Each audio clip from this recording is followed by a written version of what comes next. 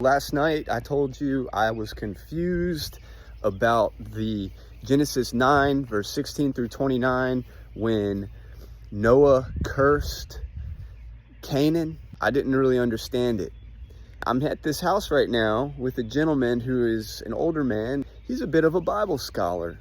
I decided, let me ask him what he thinks. He told me it makes a lot of sense. I don't know how he justifies it, or the person that he learned this from justifies it with the text that's written, but he said there's other Bible history. Of course there is, stuff outside the Bible.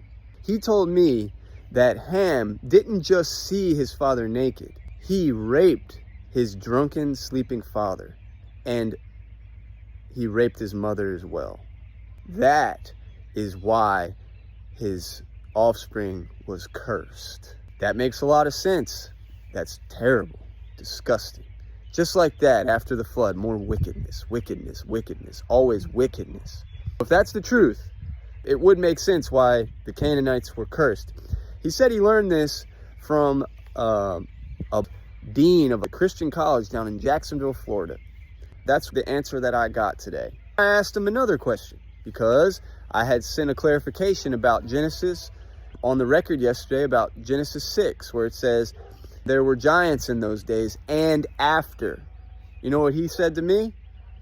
Not even thinking. He said, that's from the line of Shem.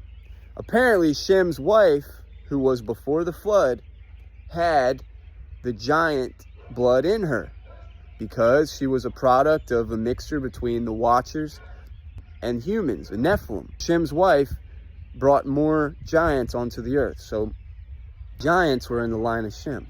I don't know about it. That's an answer I got. This is what happens. You focus on something.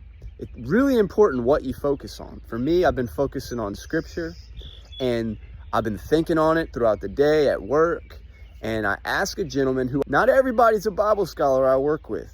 This man happens to be somebody who reads on the Bible and takes it seriously. And I asked him, and he gives me some answers. So those are the answers that I got. Of course, I have to validate them through text, but I'm just sharing you my journey as we go along. And I love you. And I'll talk to you tonight, Genesis 10. To clarify, that means Ham was Canaan's dad and half-brother. That's why Canaan's line was cursed, because Canaan was a product of wickedness. No fault of his own, really, but that's why his line was cursed.